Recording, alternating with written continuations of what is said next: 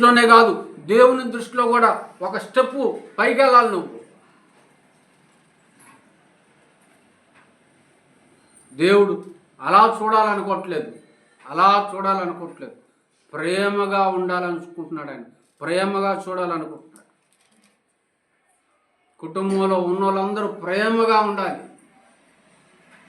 అనేనండి ఆయన కోరుకుంటుంది. ఈ స్థితిని చూసి బాధపడుతున్నాడు ఆయన, భయంకరంగా వేదన పడుతున్నాడు ఆయన.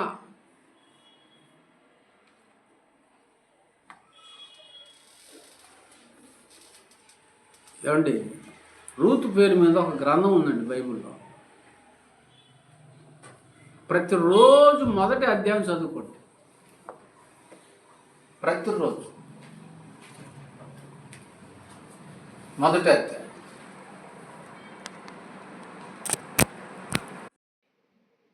నయోమి అత్తగారు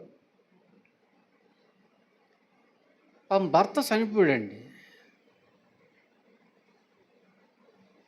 2 కొడుకులు వాళ్ళు చనిపోయారు.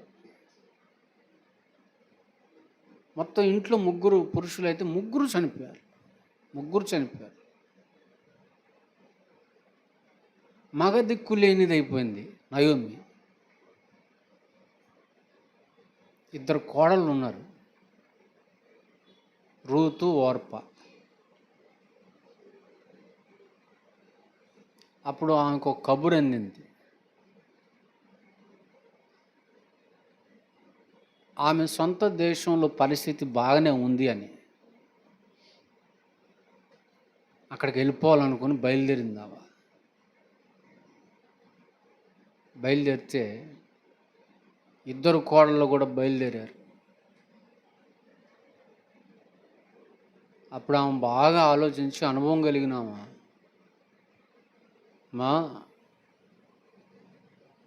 మీరు నాతో వస్తే చాలా ఇబ్బందులు పడతారు,